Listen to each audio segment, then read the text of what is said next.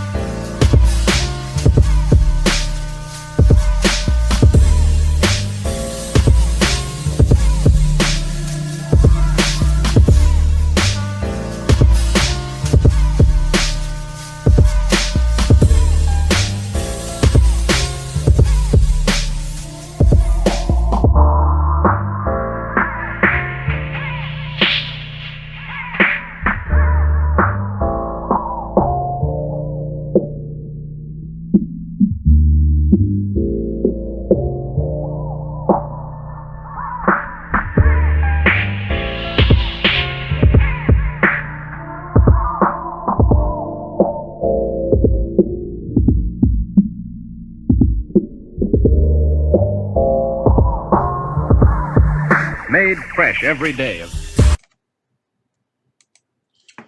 Yo, what's good? It's your boy KCFL, King Seth for Life, back-to-back reviews. Here to do my review for tonight's AEW Dynamite, the Fallout show from Revolution.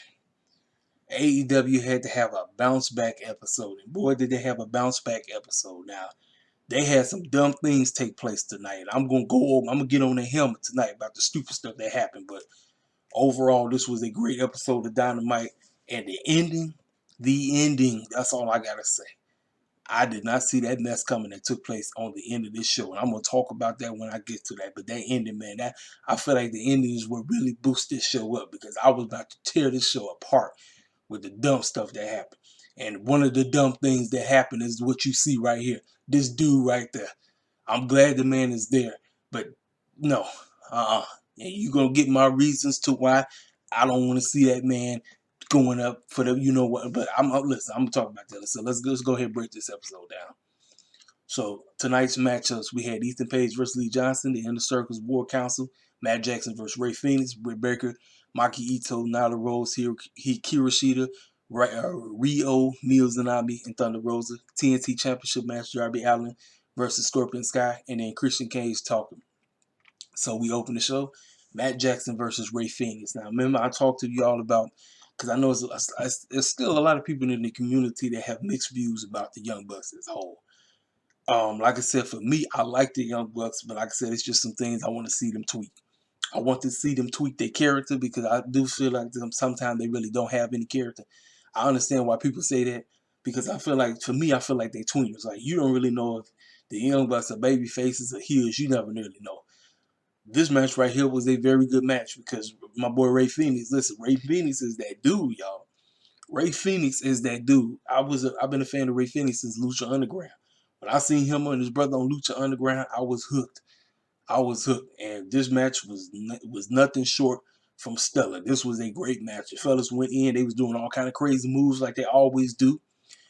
You know you're going to get your false finishes. You're going to get your super kicks. You're going to get all this crazy stuff. But at the end, Ray Phoenix, he prevails, which I was shocked, because usually on AEW, the champions, when they going against somebody in a non-title match, they usually don't go the WWE route. They usually have the champion go over. But the fact that Ray Phoenix and them is hot, I guess they said, you know what, we're going to have him go over. Like I said, great match. Ray Phoenix gets the victory.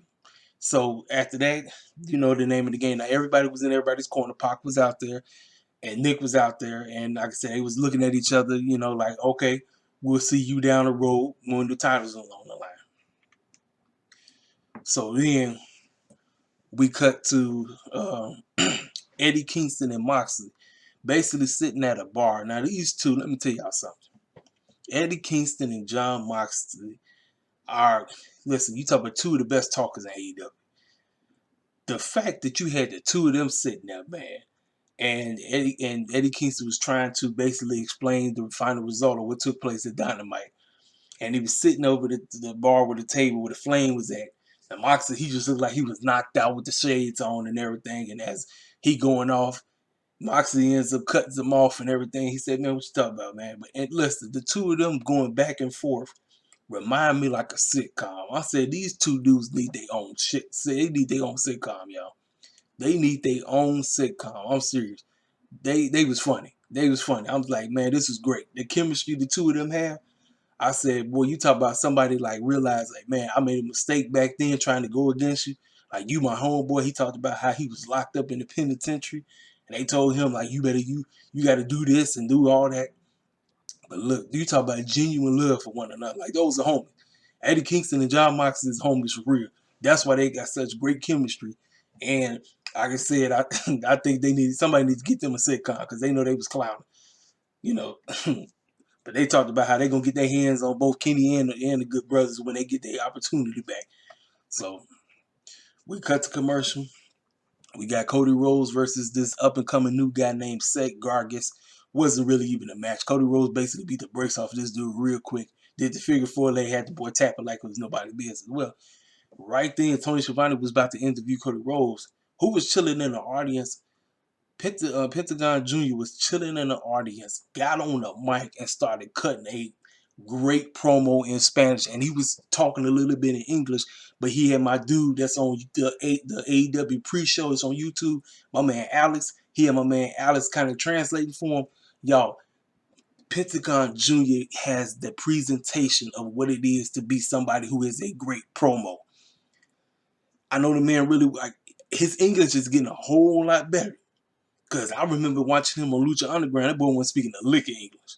His English is getting a lot better. And I know why he had Alex there to translate to help him out a little bit.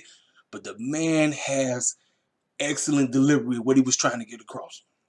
Pretty much called Cody out and said, listen, Cody, you didn't win nothing. He said, I should have injured your arm even more. Your shoulder should really be messed up. And he said, I want to face you next week. But he said this. He said, I'm going to beat you up so bad that you ain't even gonna be able to hold your own baby girl. And so when he said, because he struck a nerve, he struck a nerve, and the man went trying to chase him down, trying to beat him down. And you know how it is, everybody trying to hold everybody back and all this stuff. The segment was gold. It was great. I said, Pentagon Jr. got it. The man got it. I said, that's what I'm talking about. I said, AEW is presenting a place where cats come and cut promos like it ain't nobody's business. I love it. The segment was gold. I gotta give it to him. That was a great segment.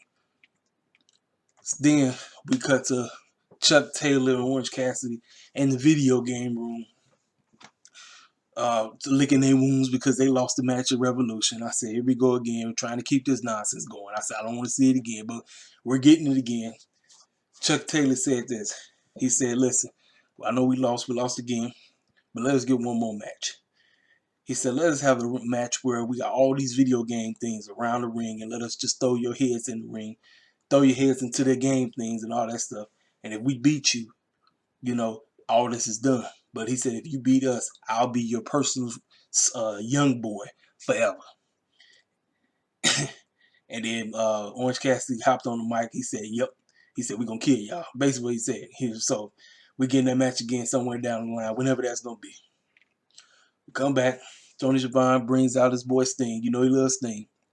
Sting comes out there, talks about how him and Darby are two dangerous men, and he's having a great time, and he's glad to be back. He's glad to get a win under his wing and all that stuff. Well, here come Lance Archer and Jake the Snake Roberts coming out there talking about you're on the clock, and we're here to take your time and all this crazy stuff. And they was like, wait, what? I said, what this fool want? Like that's basically what Sting was like. Him and Tony was like, man, what this clown want? So obviously we getting ready to get a story between Sting and Lance Archer. This is two big men going at it. How do I feel about that? I don't know. Maybe it might be decent. I don't know. But we'll see. Whenever the time is when they end up fighting, we'll see how that works.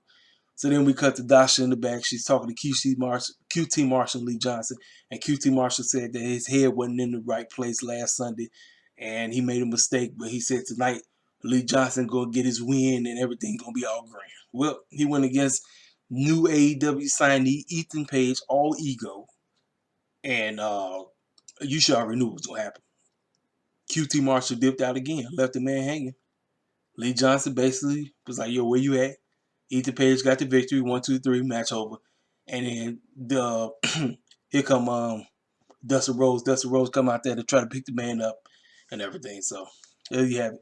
Match is okay, but this right here, y'all, this promo and this match was when the audio had the basketball game coming in. I said, what the heck was going on with TNT?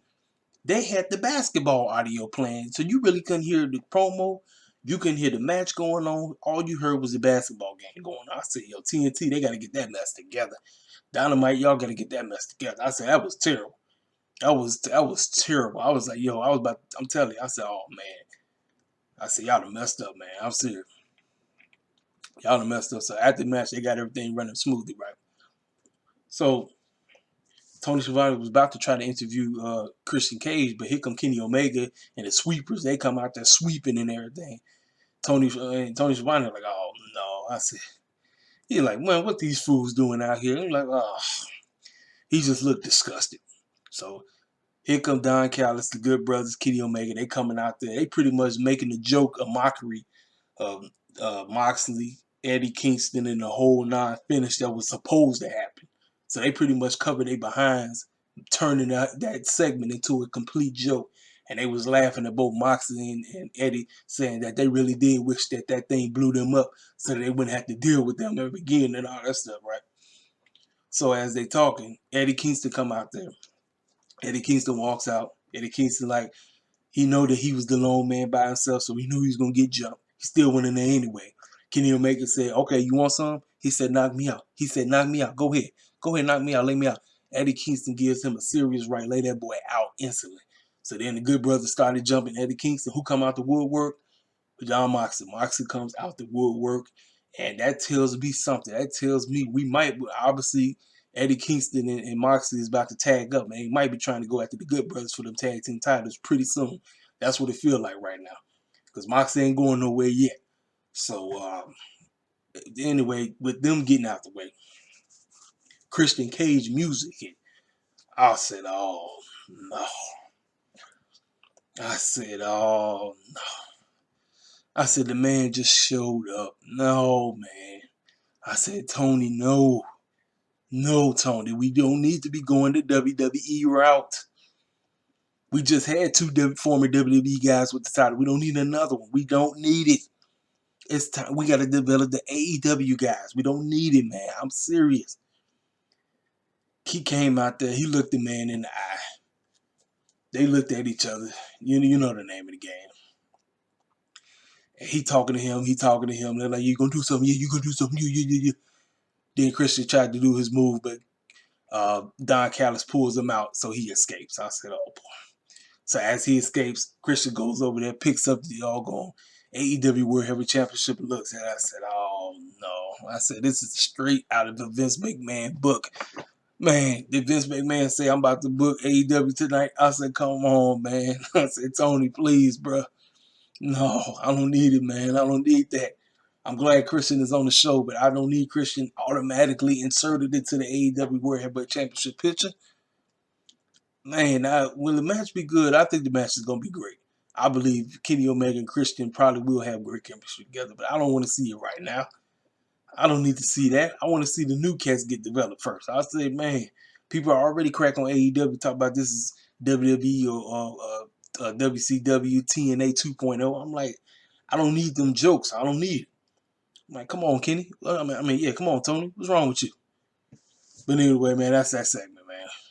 So we cut to commercial, come back. Now we got the 6-man women's match. Dr. Britt Baker, Maki Ito, Nyla Rose, Hikaru Shida, Ryo Mizunami, and Thunder Rosa. Now, all 5 of them was made their entrances, right? Now, Maki was the last one to come out, right? Well, the match is like, the ladies already starting to beat the brakes off each other. Why are they beating the brakes off each other? Maki is still singing her song. She's still singing her theme song and everything. Now, there's still a lot of fans on that really don't understand her gimmick. They don't really like her cup of tea. Listen, Maki, I'm kind of starting to become a fan of this girl. I became a fan of her during the tournament. And I think her and Ryo is a great add-on to the women's division. It's a great add-on. Was this match good? The match is okay. It was a lot of sloppiness in this match. But for what it was a decent match. I didn't have no problem with it. And The right team won. Thunder Rosa and them ended up winning. Well, after they won, Britt Baker and all of them started beating up brakes off of Thunder Rosa and everything. They started beating up brakes off of everybody. And it's resulted into the ladies getting a main event scene match next week. It's going to be Thunder Rosa versus Dr. Britt Baker. And I think the match is a no DQ match. I think that's what it is. I might be wrong, but it's the main event. I said kudos to Tony. Kudos to finally taking your women's division serious. It's about time, bro. It's about time. Kudos to Tony and them. Kudos. I say salute. Salute. Salute. That's what I'm talking about, man. Now, the TNT Championship Match. This is what I wanted to talk about. Darby Allin versus Scorpio Sky. I told y'all on my review, I said Sky wasn't winning, and I knew exactly why he wasn't winning. And no, it's not because the man was black. I ain't going that route. No. This is what I wish they could have done. Sky wins that brass ring. Have Sky get the brass ring thing over. Because y'all know this is the third ladder match they done had. And everybody who didn't cash in and lost. Brian Cage came in, won that casino thing, he lost. Lance Archer, he won the briefcase thing, he lost. And now Sky, he won it, he lost. It's almost like, what's the point of their ladder matches if every time somebody win it, they end up losing? I said you could have easily had Darby could have had tonight off, or you could have easily had Darby come out, cut a promo, and say that he feels real good that him and Sting did what they had to do. But now it's time for me to start putting my TNT Championship back on the line. And I see Scorpion Sky, you won that the ring thing. Well, you know what? How about we not have a match right now?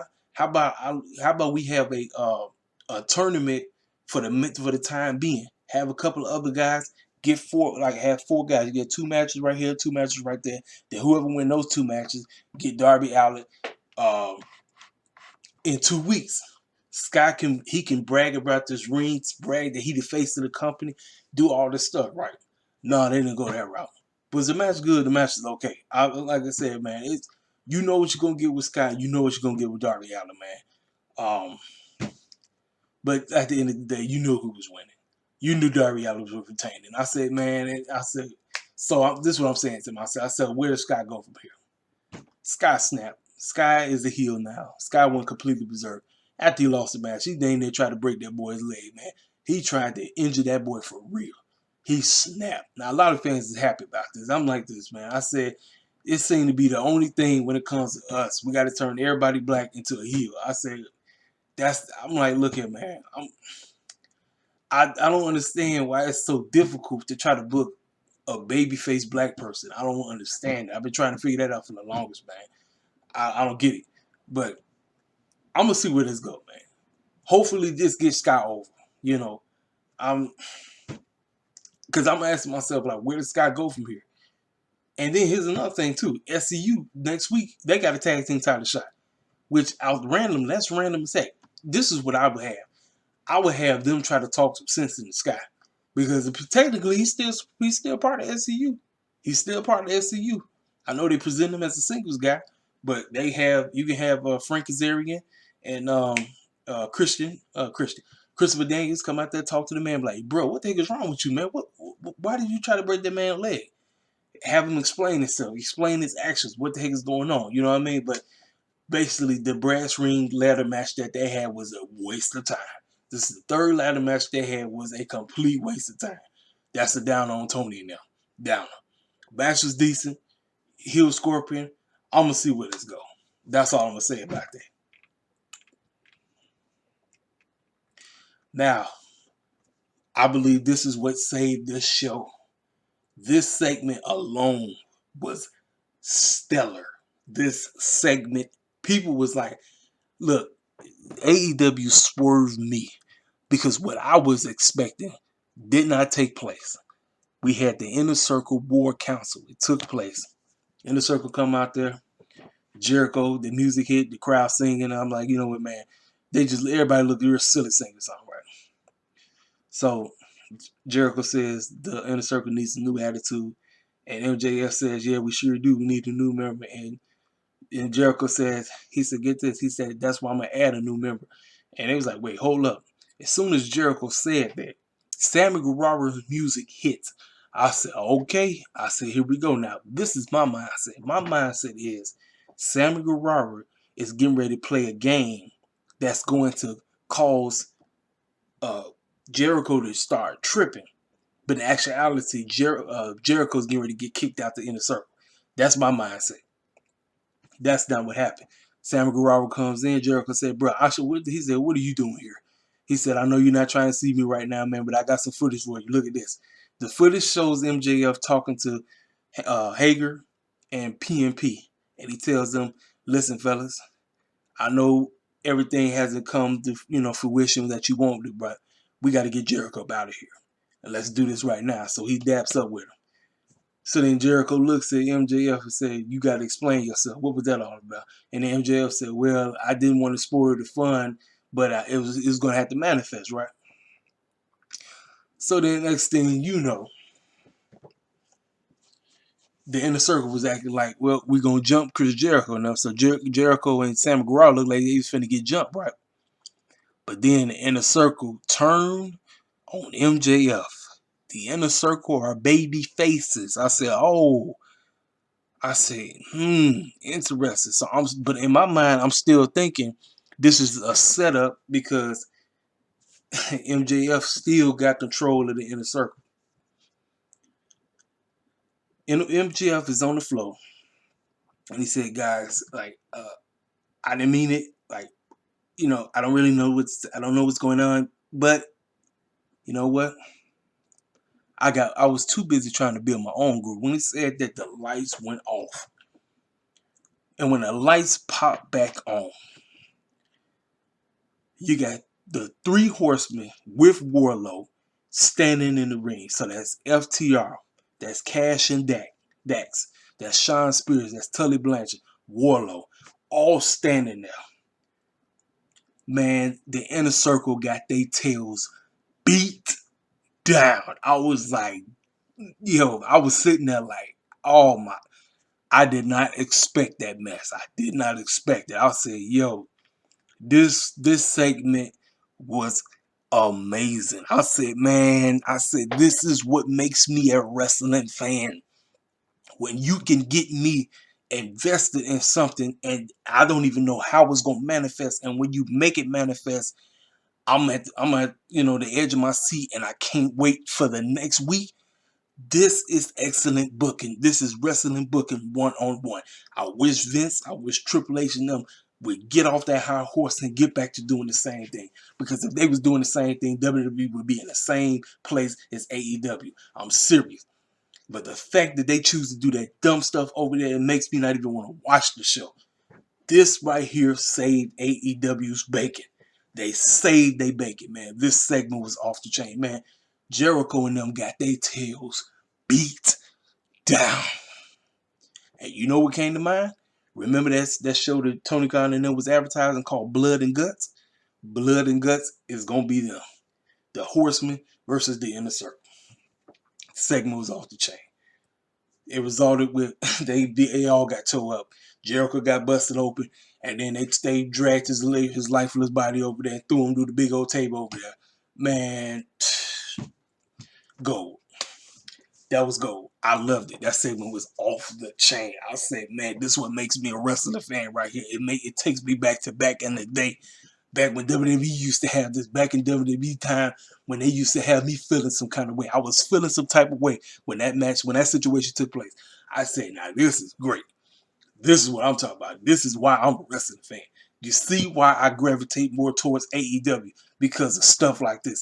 I get on their case when they produce stupid stuff, like how they trying to do with Kenny Omega versus Jericho.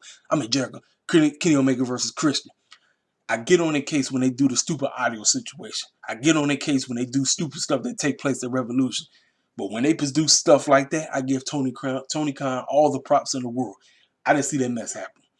And that was great. That's what makes me a wrestling fan. I cannot wait to Dynamite next week. Because next week's show is stacked. They got a whole lot of crap that's taking place next week. And you know they got, how could I forget? I forgot to talk about Hangman Page now. Hangman Page drove up Alex Marvez was standing there. He got a new lawnmower. He said, "Yep, I'm spending all this money I got." He said, "I got a new lawnmower. We got a whole lot of liquor." He said, "And I gave half of it to the Jacksonville a school education system." Well, as soon as he said that, here comes the Dark Order. John Cena was like, "Hey man, can I get on the lawnmower?" He said, "Yeah." Next thing you know, all of them got on there. Now the only one who was not able to get on there was 10. 10 was the only one that was not able to get on there. So then they drove off. So I don't know what they're doing that. Then they showed Matt Hardy, and they talking with Private Party, and he was talking about how he feels disgusted and he feels let down and he feels bamboozled. But he said he can't wait to get his hands on Hangman and all those clowns next week. But he did mention that the Evolution show, Elevate, AEW Dark Elevate, it debuts on Monday. It debuts, so I'm gonna have to check that stuff out. It's gonna be on YouTube. I'm gonna check it out. Um, I don't know if I'm gonna do reviews on it. I might talk about it, but I don't know if I'm gonna do a review on it.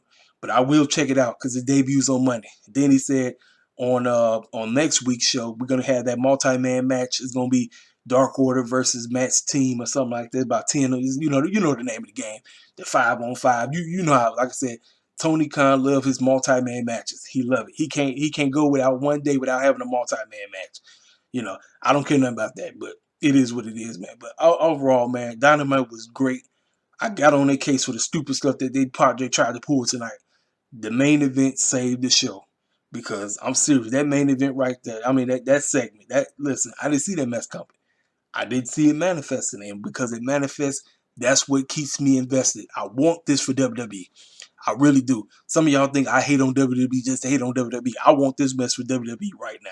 If Vince, Bruce, Triple H and them can get out their pants and stop clowning and stop acting like they don't give a crap about booking their wrestlers right, listen, they could be having goofy stuff that could come out decent just like this. I'm telling you, this is real talk. This is real talk. I'm serious, man. Man, y'all, listen, Dynamite, listen, what a way to knock the show out the park. What a way. Wednesday night is where it's at, man. NXT, like I said, NXT was great too, wrestling wise. I think NXT had the better wrestling show. When I say wrestling, I'm talking about match wise. But overall, Dynamite had the better show. That's just my personal perspective. You might got different things. What you think, man? Did you like the show tonight? Hit me up in the comment section. This your boy Kingston, King Seth for Like Wrestling Takes. I'm gone.